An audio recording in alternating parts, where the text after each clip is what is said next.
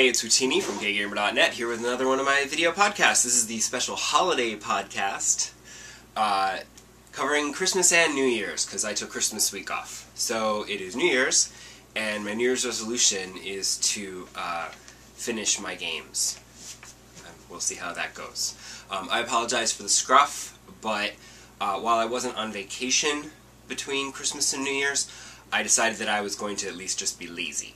So I kind of haven't shaved. I've bathed, so I don't smell. I just look a mess. As for Christmas, I did in fact get a couple of games. I did get Skyrim, and I also got Disneyland Adventures for Kinect.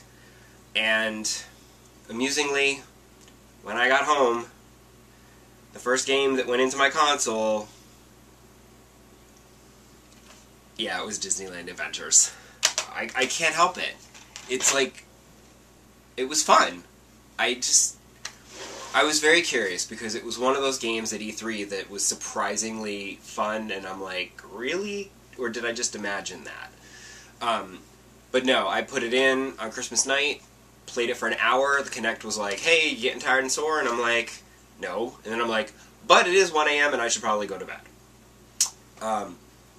It's terribly fun, just wandering around the park and interacting with the different characters and such, not even going on the rides and the mini-games. Although some of them are rides, which is just kind of whatever. But once again, just like with that Sesame Street game, the mini-games are essentially just like, dodging obstacles to collect coins. And I'm really not very good at dodging things, as it turns out. I've learned this about myself. But it's terribly fun, and I did the intro to Skyrim, but I didn't want to get too deep into Skyrim because I still haven't finished Skyward Sword yet. I know I'm over the hump, and I'm heading for the ending, but it's just like one thing after another with that game. It's like, okay, you've collected this, okay, now go collect those 3 things, okay, now go collect those 3 things, and I'm just like, oh, you're killing me. I just need you to be done so that I can go play Skyrim. And my New Year's resolution is to finish games, so I want to finish Skyward Sword before I actually start to play Skyrim for real. Because I know once I start playing Skyrim for real, I'm going to get so immersed in it that it's going to take over and I won't play anything else.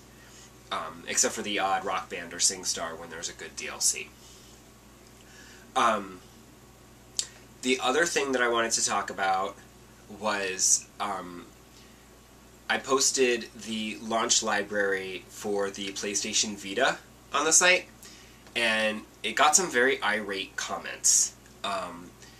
Simply because, while I admit that 25-odd titles at the launch of a system is kind of unprecedented and amazing, there weren't any games in that lineup that would make me want to go and shell out $250 for this new system.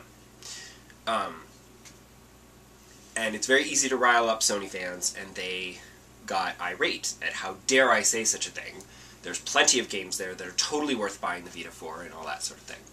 And I try to stay as console agnostic as possible. I do own every system.